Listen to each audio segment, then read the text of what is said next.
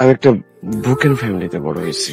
ভালোবাসা আমি রাখতেও পারি নাই, দিতেও পারি নাই, নিতেও পারি নাই।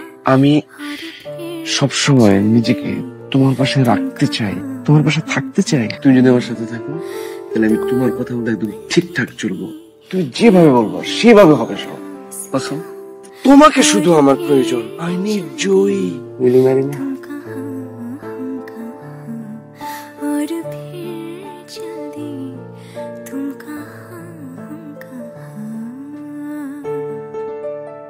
আমি সেদিন জয় আর অরিত্র ওরা পার্টি করছে, ওইখানে যাওয়াটা আমার ঠিক হয় নাই।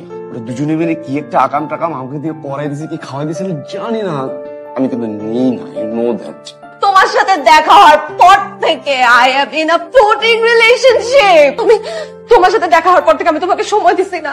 I can even trust you anymore. তুমি আমার মাথা ছুঁয়ে কসম খাইছিলা রবিন, কসম খাইছিলা।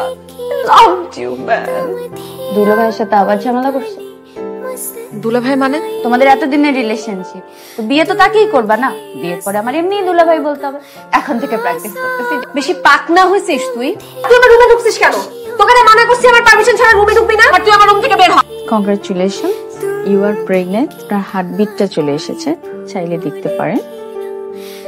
রবিন, ছেলের সাথে তোর কি সম্পর্ক? হি ইজ মাই হাজবেন্ড মা। Robin is my husband. কি সমস্যা তোর? What is your problem?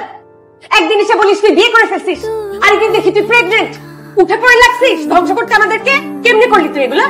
হ্যাঁ, কোন আত্মীয় স্বজনকে আর মুখই দেখাতে পারবো না আমরা? একবারও ভাবছিস আমাদের কথা? একবারও ভাবছিস আমার সংসারের জন্য কোনো কেয়ার আছে তো? আমার বাচ্চা না রাখার উপর যদি তোমার সংসার ডিপেন্ড করে তাহলে এই সংসার না টিকাই ভালো। রবিন আমার হাজবেন্ড। আমাকে শ্বশুর বানাতে চাও? হ্যাঁ, আপনার কাছে এটা হাসির বিষয় মনে হচ্ছে? রবিনের সন্তান আমার পেটে। তোমাদের মতো মেয়েদেরকে আমি হাড়ে হাড়ে চিনি, আর তোমার সাথে রবিনের কি সম্পর্ক ছিল সেটাও ভালো করে জানি। এইটা, এটা তো, এটা